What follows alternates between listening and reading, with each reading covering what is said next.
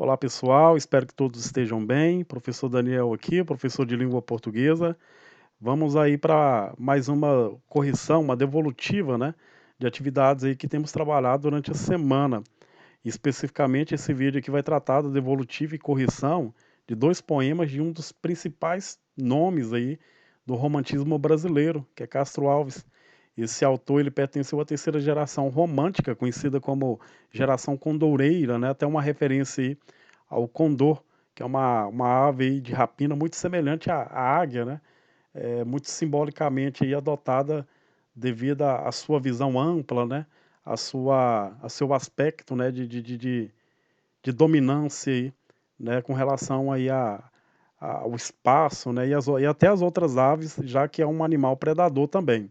Então essa geração ela faz uma referência a esse pássaro, né? Justamente por ir além do eu.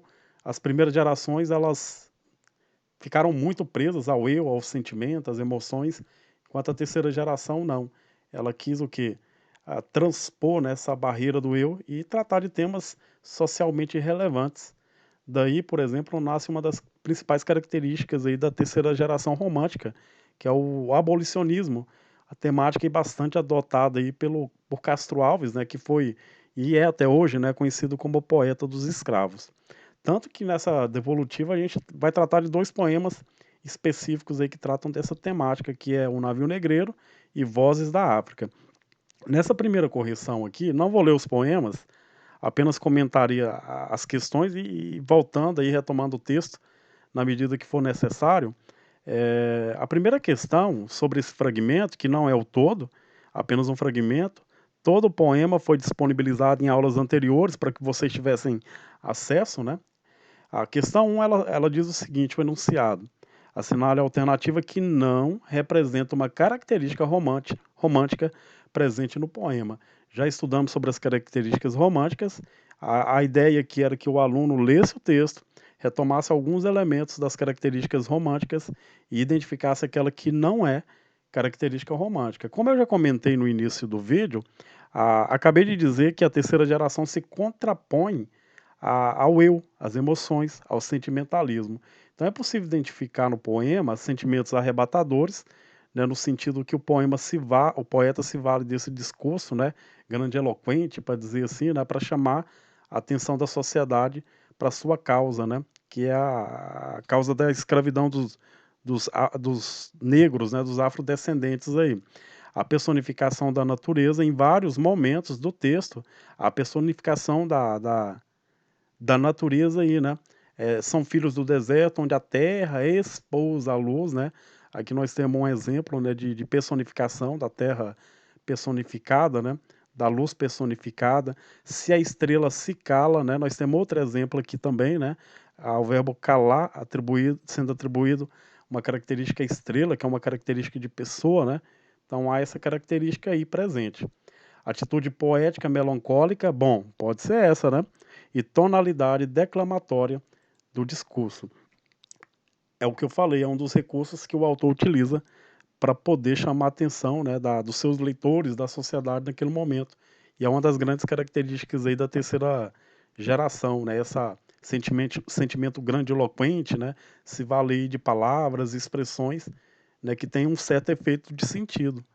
Nesse caso aqui, a alternativa correta é a letra C, atitude poética melancólica.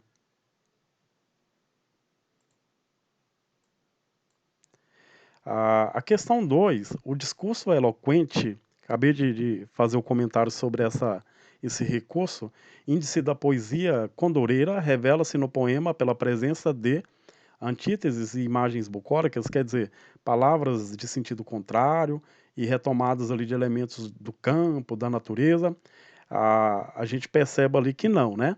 Interrogações e versos curtos, a gente vê que os versos são, são longos, né? Na verdade, e os versos não são curtos, pelo contrário. Reticências e ausências de rima, exclamações e imperativos. Bom, chegamos aqui à alternativa de exclamações e imperativos. É um dos recursos aí que os autores da terceira geração utilizam como forma também de chamar a atenção dos leitores e da sociedade, né, sobre a causa que eles defendem. A segunda estrofe aqui é um exemplo disso. Astros, noites, tempestades, rolai das intensidades, varria os mares, tufão. Aqui o autor se vale de quê? Do uso da exclamação, assim como na primeira estrofe também, né? Alguns questionamentos, perguntas retóricas, né? Então são todos recursos aí utilizados para chamar atenção, para dar esse sentimento grandiloquente aí diante da causa, né, que é defendida. Já o poema Vozes da África, ele vai tratar da mesma temática, né, que é sobre o abolicionismo, a escravidão ali do, dos negros, né, durante o período escravocrata. A questão número 1, já dessa atividade, pergunta o seguinte: o fragmento desse poema de Castro Alves fala de quê? Da religiosidade do povo africano? Não. Pelo contrário, né, ele retoma ali o sentimento cristão, a religiosidade cristã que predominava na Europa naquele momento. B, da exploração do território africano, também não. Da escravidão do povo africano, essa aqui é o que mais se aproxima já pelo título, ao ler Vozes da África, né? A gente já tem esse sentimento já que o autor vai falar sobre a escravidão, né? A 2. Ao mencionar o personagem mitológico Prometeu, o eu lírico estabelece uma relação de quê? De oposição, quer dizer, de algo contrário, né? De afetividade, de semelhança ou de animosidade, ou seja, de conflito. Vamos lá na estrofe? Qual Prometeu, a gente vai ler o verso anterior, né? Que embalde desde então corre o infinito. Onde está, Senhor Deus? Qual Prometeu? Tu me amarraste um dia do deserto na rubra Penedia. Qual prometeu? Esse qual aqui, ele pode ser substituído por como. Como prometeu, tu me amarraste, quem me amarrou? Deus, né? É um desabafo, né? Vamos dizer assim, que o eu lírico coloca aqui. Prometeu, para quem não sabe, é um personagem mitológico, né? Inclusive retratado aí na obra, na, na, na peça, né? Prometeu acorrentado, né? Na tragédia grega, né, me falhou aqui na memória que Prometeu acorrentado em que ele rouba ali o fogo de Zeus, né, para distribuir entre os mortais, né, como punição. Prometeu é o que? Acorrentado, né, de maneira ali que ele sofresse ali por afrontar ali o deus dos deuses, né, na referência à mitologia grega. Então há uma comparação aqui, né?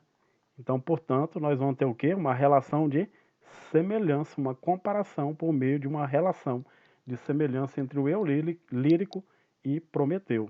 Já a questão 3, no verso condor, que transformara-se em abutre, temos uma figura de linguagem, metáfora, antítese, metonímia, catacrese. Nesse caso aqui, a gente vai ter o quê? Uma antítese. Antítese é o quê? Quando eu tenho um vamos dizer assim, duas palavras, né? Um, me foge a palavra, quando eu tenho duas palavras de sentido contrário, condor e abutre, né? Nesse caso eu vou ter o quê? Uma antítese.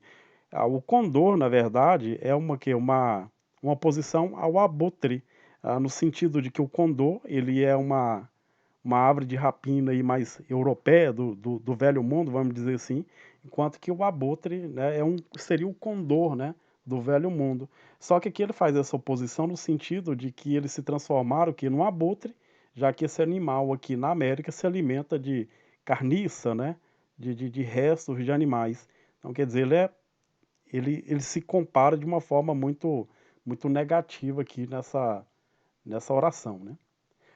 Bom, gente, portanto, era isso que eu tinha para passar, né? Espero que todos tenham compreendido e até a próxima.